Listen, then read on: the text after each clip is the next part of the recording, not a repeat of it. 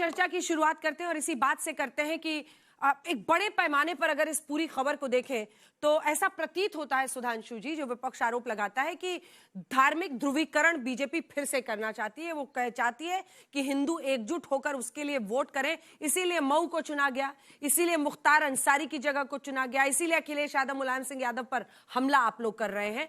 मुस्लिम तुष्टीकरण खत्म हो, हिंदू ध्रुवीकरण की शुरुआत यही कर रहे हैं योगी जी। देखिए, ये मूलतः उन लोगों की सोच है जिनका कि जो वोट बैंक है वही माई है और उसमें एम बड़ा इंपॉर्टेंट है। एम भाई है, बाकी सब तो जो भी हैं वो अपनी जगह है।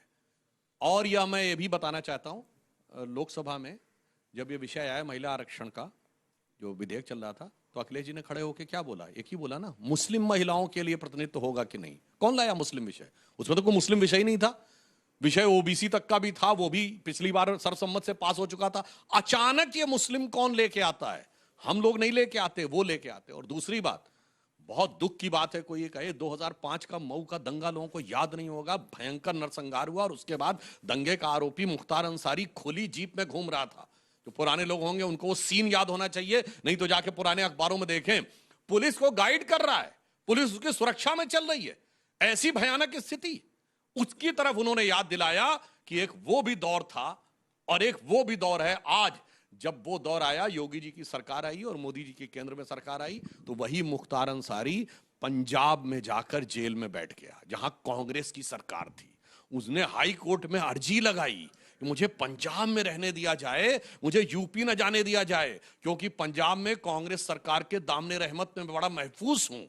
मैं ये कहना चाहता हूं, मैं लंबे समय तक दिल्ली में आता जाता रहा हूं। एक दौर था कि दिल्ली में लोग कहते थे भाई नोएडा के आगे हम यूपी में नहीं जाएंगे। बिजनेसमैन कहता था मैं नहीं जाऊंगा, व्यवसायी कहता था मैं नहीं जाऊंगा। आज स्थिति हो गई, कोर्ट में अर्जी लगाते हैं माफिया कि मैं यूपी नहीं जाऊंगा। कारण क्या है? योगी जी ने जानते क्या किया है? भगवान राम जब आए थे तो कहा जाता है कि उन्होंने एक संकल्प किया था कि निश्चरहीन करूं मही, भुज उठाए प्रणकीन, और सकल मुनिन के आश्रम जाहि जाहि सुखधीन। ठीक, तो योगी जी ने भी एक संकल्प किया है, माफियाहीन करूं यह यूपी, और भुज उठाए प्रणकीन, और पकड़ पकड़ के माफियन अंदर या ऊपर कीन।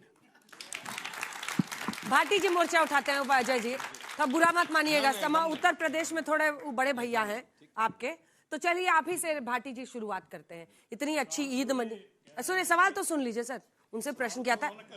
अरे तब मैं निकल जाती हूँ, फिर आप लोग बात कर लीजिए आपस में। और बोल देता हूँ तब। सुनिए, ये मऊ दंगा 2005, मौका दे दिया। 2008 का दंगा आजमगढ़, वहां तो यादवों के साथ हुआ था और यादवों की बेटियों के साथ हुआ। उसके बाद मुलायम सिंह जी ने जाके ये कहा कि साहब उनसे माफी मांगो। तो कौन? रमाकांत यादव, जो इनके एकदम राइट हैंड थे, उन्होंने पहली बार पार्टी से बगावत की और वो छोड़ के बाहर आए और वो फिर बीजेपी के टिकट पर चुनाव लड़के जीत गया। तो मैं इसलिए कहना चाहता हूं, इसलिए मैंने कहा एम में एम बड़ा है, बाकी सब किनारे हैं। भाटी जी माइक उठा लीजिए, माइक उठाइए। सवाल ये है कि भाई माफियाओं के खिलाफ वो छेड़ रहे हैं अपना पूरा अभियान। मुख्तार अंसारी किस किस पार्टी से होकर कहां पर क्या पोस्ट पर रहे, उन सबको भी दरकिनार कर दीजिए।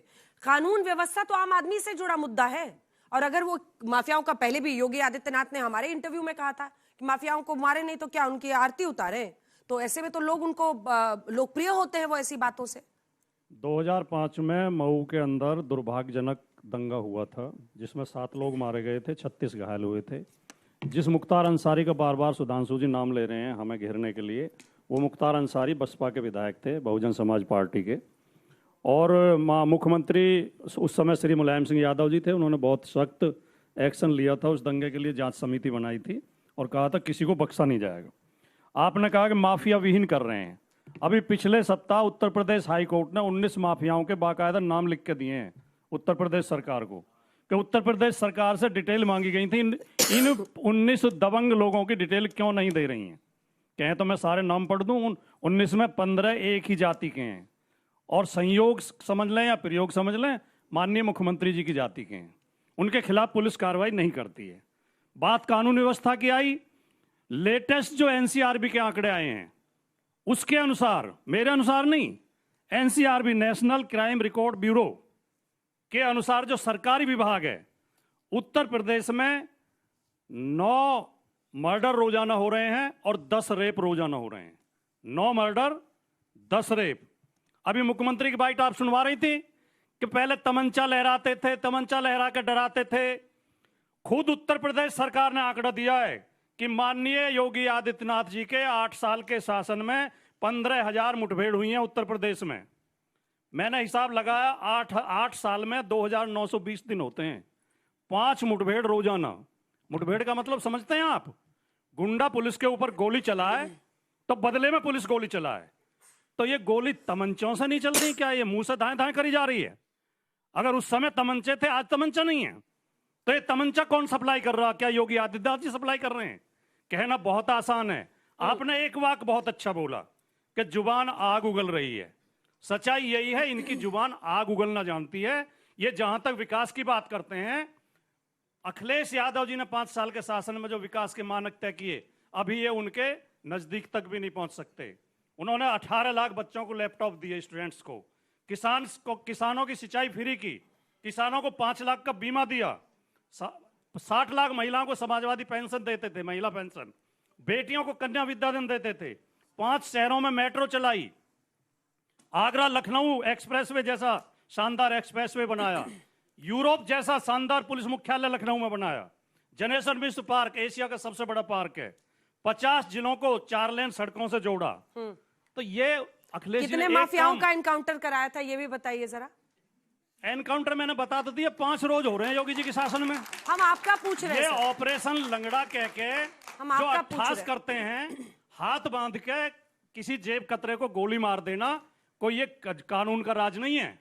कानून और संविधान ताक पे रख दिया है। कहते हैं अब इस उत्तर प्रदेश में किसी हिंदू को अच्छा कोई ठीक नहीं है, डरा सकता। विकास दुबे बाकी को पॉकेट मार डराएं। था। विकास दुबे पॉकेट बाकी को मार था। डराएं। अरे सर, विकास दुबे पॉकेट मार था। विकास दुबे बदमाश था, लेकिन खुशी दुबे बदमाश क्या था। थी, जिसकी 4 दिन पहले शादी हुई थी? खुशी दुबे भी जेल भेज दी, और वो जेल से निकली, उसकी मां बीमार थी बेचारी, का इलाज नहीं हो पा रहा था। अखिलेश यादव जी ने उनकी माता जी का इलाज कराया, उनकी जान बच गई। नेता के अंदर दिल होना चाहिए, सहानुभूति होनी चाहिए, मतलब प्रेम होना माफियाओं चाहिए। के परिवार के लिए नेता सहानुभूति। का दिल सिर्फ अंदर माफिया के लिए नफरत होना नहीं चाहिए, चाहिए। जात बिरादरी कोई भी हो। नेता क्या के बात अंदर है? नफरत नहीं क्या होनी बात चाहिए। माफिया के लिए दिल धड़कता है। खुशी दुबे माफिया है। अरे खुशी दुबे क्यों? उनकी खुशी पत्नी की दुबे चिंता माफिया है। है। ऐसे अनेकों मैंने तो पत्नियां विकास दुबे का हैं, समर्थन ऐसे नहीं अनेकों औरतें हैं, मैंने तो उनके लिए विकास आवाज दुबे के लिए की बुलंद। माता क्या जी बात विकास कर रहे दुबे हैं की सर आप? सास हुई विकास ना। क्या दुबे बात कर बदमाश रहे था, हैं? अपराधी क्या था। बात कर रहे हैं? उसने पुलिस के ऊपर गोली चलाई थी। बड़े तो लेकिन आप खुशी संकोच से दुबे बदमाश 18 कह रहे हैं। साल अरे की घोर अपराधी था, 18 साल की अपराधी लड़की की क्या जिसका गलती थी? एनकाउंटर हुआ, और वो तो धर्म विशेष से भी नहीं था। लेकिन आप जो एनकाउंटर्स की बात कर रहे हैं, माफियाओं की आज चर्चा हो रही है, तो ये बात सच है कि माफियाओं के एनकाउंटर्स को, जिसके बाद एक बार मैं आपसे भी अजय जी इसके बाद सवाल जवाब करूंगी, लेकिन अपराधियों के एनकाउंटर की संख्या अपने दर्शकों को बता देते हैं, जिससे आपको क्लियर हो जाएगा कि किसके समय में ज्यादा माफियाओं का एनकाउंटर हुआ है। 2012 से 2017 तक अखिलेश राज में इनका आंकड़ा कितना था, यह भी हम आपको बताएंगे। लेकिन उससे पहले योगी के दूसरे कार्यकाल में, योगी 2.0 की बात करें तो साल 2022 में 14 अपराधियों की मुठभेड़ में मौत हुई, 2023 में 26, 2024 में 22, 2025 में 24 अक्टूबर तक 41 अपराधियों को पुलिस की गोली से मारा गया। अगर हम योगी सरकार के अब तक के कार्यकाल की बात करें तो पिछले 9 साल यानी अभी तक के मार्च 2017 से अभी तक का अगर आप देखिए तो 17,000 से ज्यादा तक बताया जा रहा है कि संख्या जा रही है अलग अलग जगहों पर छोटे बड़े एनकाउंटर्स की। वहीं अगर अखिलेश के कार्यकाल पर नजर डालें, 2012 से 13 तक 8 बदमाशों की मौत, 13 से 14 तक 4 अपराधियों का एनकाउंटर, 2014 से 15 तक 7, 2015 से 16 तक 5, 2016 से 17 तक 4 अपराधियों को पुलिस ने मारा था। तो ऐसा नहीं कि एनकाउंटर आप नहीं करते थे, आप भी करते थे, संख्या कम थी। आज सवाल है कि वो इस मुद्दे पर अजय उपाध्याय जी अपनी पीठ थपथपाते हैं, और इस मुद्दे पर हिंदू मुस्लिम करने का भी आरोप लगता है। लेकिन विकास दुबे जैसा जघन्य अपराधी जो है वो तो मुस्लिम था नहीं, उसको भी एनकाउंटर में मारा योगी सरकार ने। फिर इस पर आपका क्या जवाब होगा? देखिए, अभी जो चर्चाएं हो रही है, सच पूछिए तो जो हिंदू मुस्लिम का कहीं ना कहीं चश्मा पहन करके आप अपराधियों को भी धर्म और जाति के रूप में देखते हैं, मुझे लगता है कहीं से भी उचित नहीं है। और सत्ता में बैठे हुए लोगों को, सियासत करने वाले लोगों को कम से कम इस पर ध्यान देना चाहिए, जो संविधान की शपथ लेकर संवैधानिक बाध्यता का भी ख्याल रखें। सुप्रीम कोर्ट ने बार बार यदि ऑब्जेक्शन दिया है, चाहे वो बुलडोजर पॉलिटिक्स पर या बाकी चीजों पर, तो ये कहीं ना कहीं एक करारा तमाचा है उत्तर प्रदेश सरकार के लिए कि आप जो है न्याय के शासन के अनुरूप न चल करके आप अपनी व्यक्तिगत हठधर्मिता का कहीं ना कहीं उपयोग करके और एक धर्म विशेष या एक जाति विशेष को आप टारगेट करते हैं। सच्चाई तो यह है कि यदि ये इनकाउंटर की बात आपने की है, इसमें एक इनकाउंटर होता हाथरस के उन बेटी के साथ जो बलात्कार किया, तो मैं ताली बजाता जोगी जी के लिए।